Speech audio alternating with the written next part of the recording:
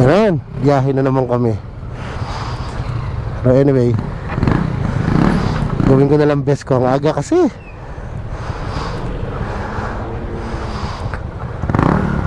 Let's go!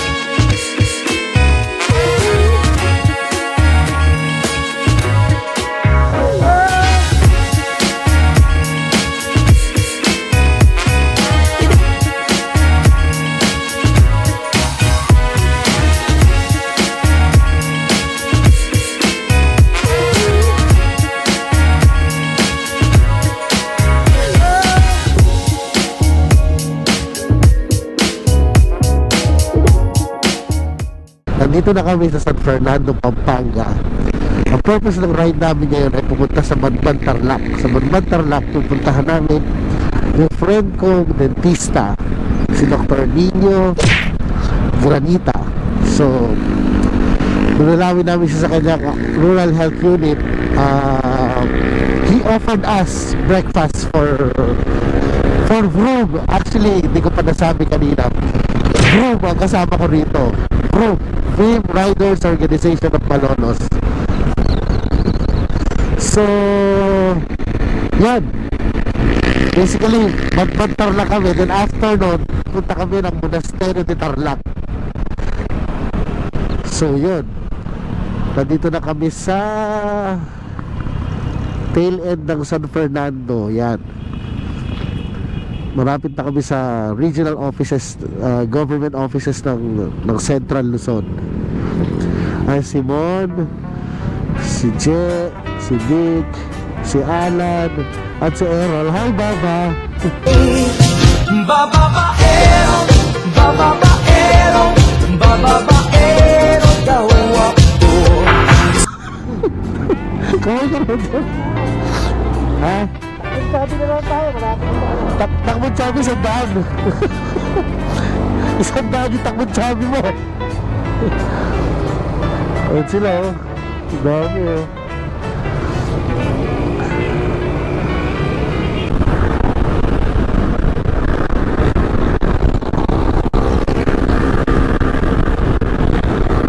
Takbon sabi pala.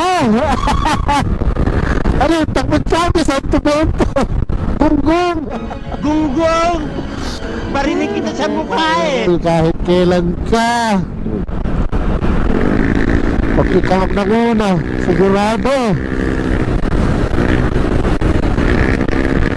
Nagta-time space! Time space! Ayun din!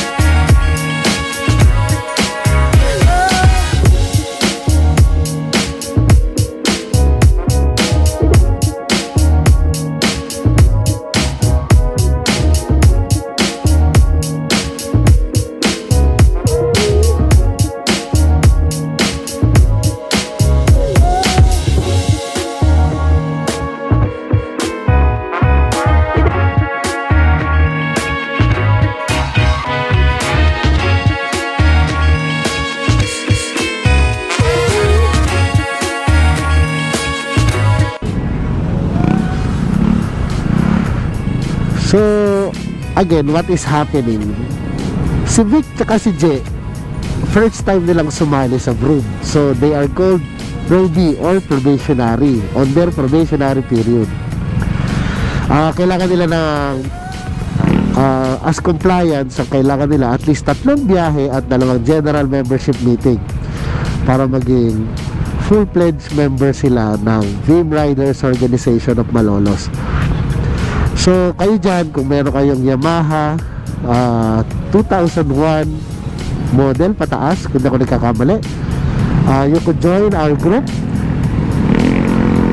Pwede na kami makita sa Facebook. So mag-message lang kayo dito sa vlog na to.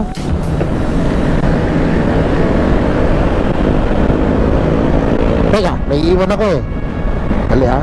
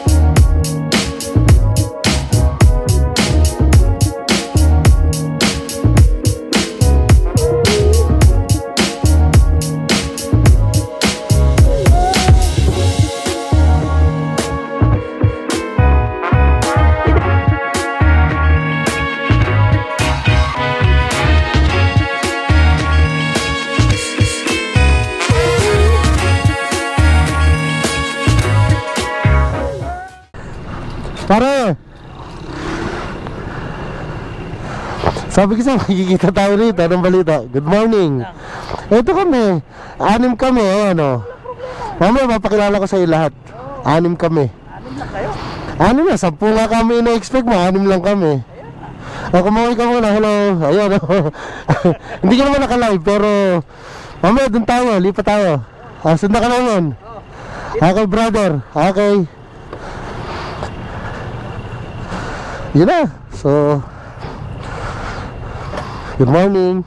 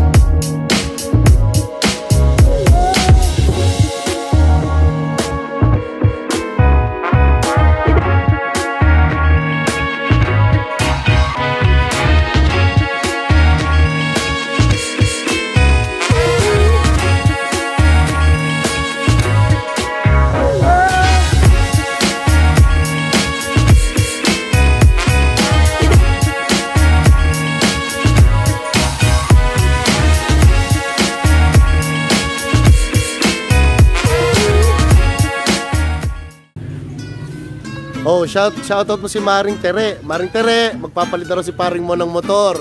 Ayun na oh. Todo oh. Alam mo kasi Maring Tere, paliwanag mo nga oh, paring Aaron. Ikaw umakulong camera, paliwanag mo yung sa motor. Oh. Kung ano yung nakikita natin sa biyahe kanina. Tutok mo sa motor niya. Yeah. Humahagok na. Kailangan na niya ng kapalit. Dito, ay, hindi kapalit, kasama pala. Kita nito umuusok. Oh, delikado dyan. Delikado. Delikado yun. Ang gusto ni paring Mon, ano ba una? Sige, isa-isay natin yung motor. Oh. Ikaw na mamili. Max, Aerox, pare-pares 155cc yan. Tsaka mas komportable kang maupo sa kaniri. Kung gusto mo naman yung ganito. Ayan, dito. Hindi nakamusip lansyahan. Oh, di na uso yung plantsahan. Ito na uso ngayon. Ayan. Dito pa lang kayo maghihiwalay pag ito hinilig sa'yo.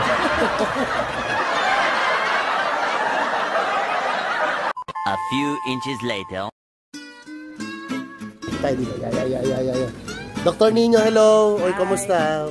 Salamat sa pagtanggap mo sa amin dito. Oh, welcome na welcome kayo dito. Mamaya may pag-usapan tayo ha. Alam mo, ang ganda kasi nung nabi-video na yung mga ginagawa natin para na po-promote natin. Di ba pare? No? Dito naman. Meron naman ako naka-point. May naka-appoint ka, oo. Ngayon, kung di ba meron din libreng tuli ngayon, etong isang kasamahan namin. Okay ba? Hindi ko nga sabihin yung pangalan, pero tabi nila sa pangalan Shaggy D. Nagpa-appointment, pare. Oh. Malaki pa may lalaki niya. Ang problema, Dr. Nino, handa na may grinder. Meron na, dadali naman ya. Ayan. Oh, uy, paring Mon, magmakaawa ka na. Oh. Mare, lungkot to. Ay, parang may luha oh. Saka hindi na uso disusi ngayon. Hindi na ba? Hindi na uso, no? Sabi nga ni Mon kanina, mukha yata may sasakay ako, motor pa ulit. Hindi naman. Oh, shout out, nakalib tayo ha. Uy. Nakalib kami. Baka mamaya. Ligal. Ayun ba isa? Nakapay. Ikaw, uy. Nakalib ka ba? Oh. Hindi yung pangalan natin. A few moments later. Ito yung pharmacy. Oh, ayan. Naka-aircon to pharmacy, chef. Oo naman. Hello po. Ay, may tao ba? Wala pa. Wala pa, no? Dito Masyad ako maaga kumukuha tayo ng- eh. Good morning Ayan, po. si Ma'am Rachel. Hello po, ma'am. Good morning. Ito yung ating Oo. receptionist. Ayan, no? Ito yung MHO. Ang laki nung ano, Dok, ang laki ng arrangement nyo sa totoo lang. Mas malaki yung sa taas. Oo, sa taas. Sa taas. Ito I mean, second floor to. Ha? So, ito si office ni MHO, ano? Ito. Wala sila Sa MHO, naka-leave na. Hindi pa naman. Naka-leave. Kung hindi pa-cancel yung flight nila ngayon, baka alis sila ngayon. Yan. So, meron kayong ano, Dok, meron kayong paanakan, wala? Meron dito. Ito nga yun. Okay. So, yung bakuna, sinasabay mo na yung 0 to 11 months mo. Oo. Oo. Tapos, ito na yung ating clinic. Magulo. Yun, ang laki. Hindi, dapat pala bukas na yung ano mo. Air condition mo dito. Wala kang aircon, pero actually malamig ah. Maaga pa. Ayan o, yung kaniya autoclave. Yan. Aircon Yan. is dito eh. Ito yung water system ng Oo. Talaga financial Japan ng may bill. Actually, wag natin compare sa private, no? Iba talagang setup ng private. Pero syempre, pinipilit naman ng gobyerno na ma-match natin yun. Pero actually, yung setup ko dito, compared to other public dental clinic, nilalapit ko siya sa private para mas maramdaman naman yung mga tao ng Bamban na ganito pala yung private. Actually, ang sabi nga nila, it's not the facility, it's the dentist. Oo. Kasi, syempre, may-maintain natin yung cleanliness, yung sterility. Pero at the end of the day, yung dentista talaga ang pinupuntahan mo, no? Yung dentista talaga kasi lalo na cute pa. Ayan, no? Siyempre naman, barkada kita lang naman. Ayan, no? Ayan. Sa midwife. Tapos, Sa midwife, oh, oo. start pala to. Hindi na talaga ubra yung ano, no? Sabi nga nila, no man is an island. Hindi na talaga ubra magtrabahong. Mag-isa lang ang health worker. Talaga magsasama-sama na. Katulad yan, si midwife, makakatulong ng public health dentist yan. Si rural health nurse, no? Tsaka si municipal health officer. Oh, dito naman yung ating medtech. So, Ito yung laboratory. dumidilim ng konti. Ayan, okay lang. Ayun po, dito po ang laboratory. Kaso wala pa yung medtech. Ayan, no? Wala. Ayan, sarado siya. Laki ng parking, oh. Ayan, no? Dito sana tayo kanina. Oo. Kasi nakalock pa yung Mas maganda yung sa likod, actually. Oh, kasi employees talaga sa likod. Ayan, no? Dito ang pasuka. Libre ang bakuna, health center. Yan. Dito ang pasukan. Doon sa isang vlog ko, sabi ko yung mga public health dentists, hindi na nga sila Talagang yung diversity natin iba na. Hindi na katulad nung araw na siyempre kilala tayo. Bunot, Dr. Bunot. Wala na, no? Kasi siguro Pwedeng i-save. Oo. Save ko. Eventually. Yan. So kasama po natin si Doc Nino ngayon. Ang gagawin po niya, magpapahid po siya ng fluoride sa isang, mami, ilang taon na si baby? 8 years old na bata. Ayan. So, ito po ang fluoride na gamit natin. Ha? Ayan. Okay. Sige pa. Yay! Ang fluoride po ay pampatibay ng ngipin. Start ko Ayan. muna. Start ko lang. So, i-chart muna. Ayan, no?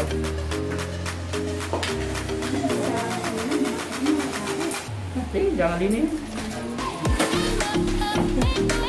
Open. Extension na pala eh. Ayan, ganyan po ang mga public health dentist natin. Isa sa trabaho nila ang mag-profiling, data collection, o tinatawag na charting. Nilalagay nila sa individual treatment record. Ayan, no? Hi, mami. Kaway kayo. Baby. Ayan, no? Ayan. Ito yung masipag na ayun eh, oh. Masipag na dental. Ayun eh. Sige. Angel. Oo, si Kuya Angel. Ayun.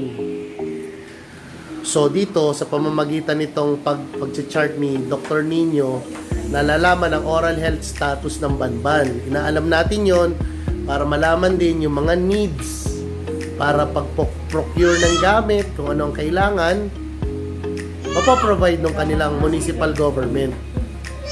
Mami, kailangan na masilat tong mga permanent na bagang niya, ha? 4, no? Isisilat natin. No? Ha? Tatakpan natin yung malalalim na guhit ng ngipin para hindi sumiksik yung dumi at hindi masira. No?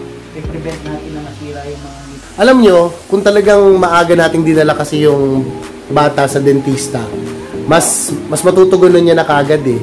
Ma-anticipate o ibig sabihin nun, mas mauunahan na niya yung problema, no? Oh, fluoride lang itong ilalagay natin. Papatibay ito ng ngipin. Pinapahid, yan, no?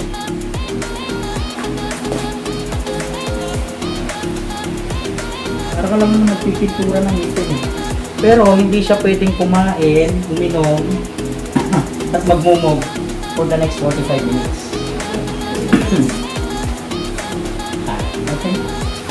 Para maging effective yung ilalagay natin.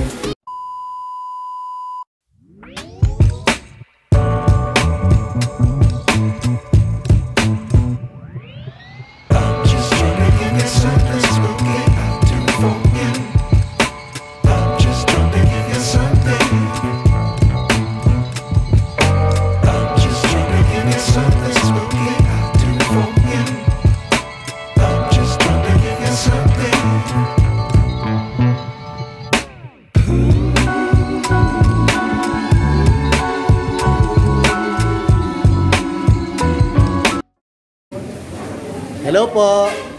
Kaway-kaway sa Malolos. Kaway-kaway sa Malolos. Hello. Mabait na mga tao dito. Hello po.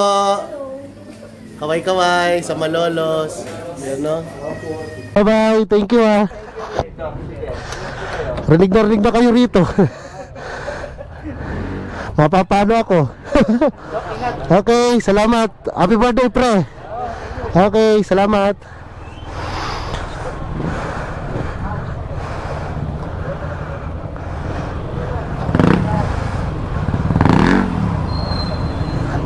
Let's go!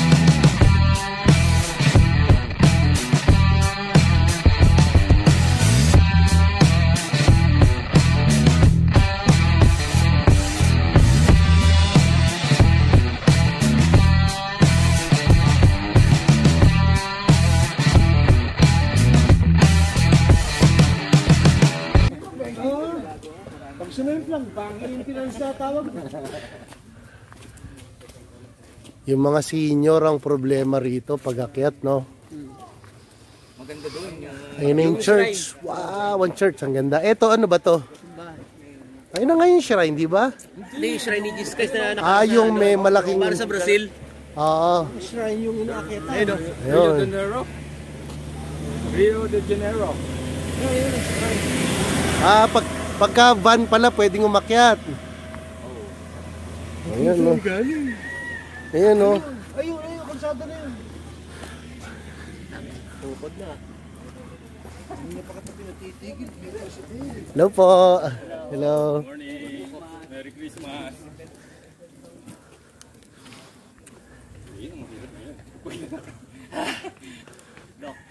Oh, Take 5. pagbaba, pagulong na lang tayo.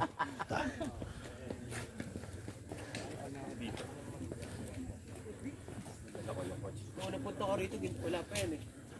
Tinatamba ko. So ano una natin pupuntahan? Simbahan muna. Simbahan. Bago tayo magpunta ron.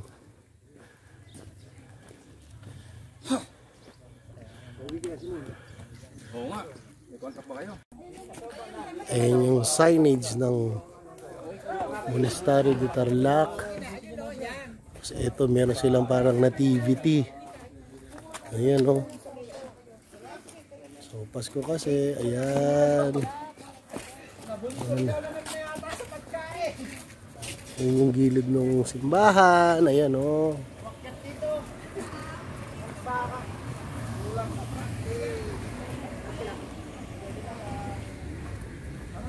Pavement. Ito. Kiraan.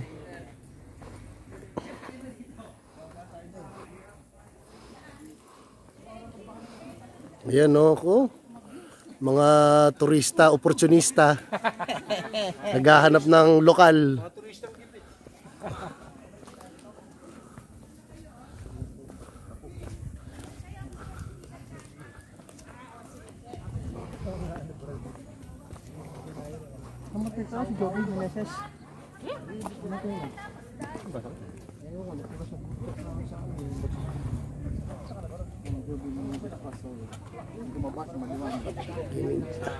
Teacher natin yan, di ba? Oo.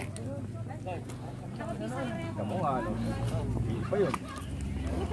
Ambisyo. Lagi yata.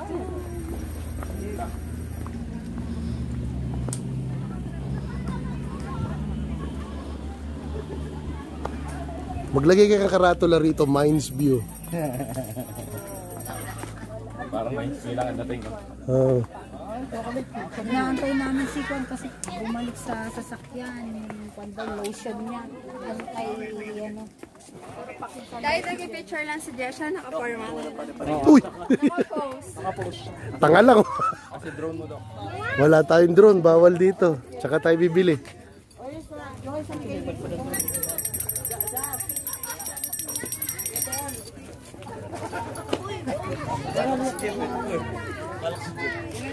O si Jeff nga sana.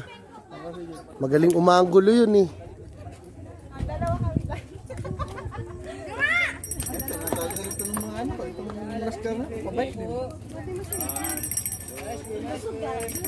The greatness of God.